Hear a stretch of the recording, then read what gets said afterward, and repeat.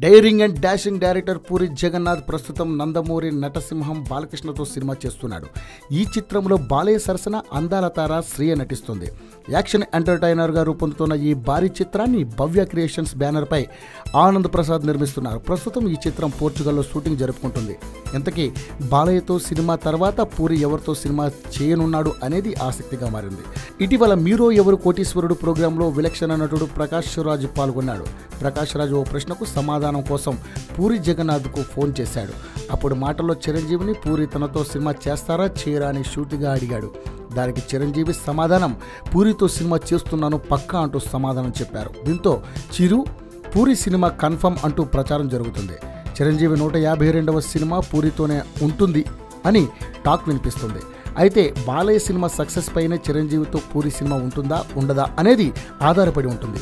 అందుకని అనుకుంటా ఖాళీగా ఉండటం ఇష్టం లేని పూరి ఒకవేళ చిరంజీవితో సినిమా కన్ఫర్మ్ కాకపోతే తన కుమారుడు ఆకాష్తో సినిమా చేయాలని ఫిక్స్ అయ్యాడట.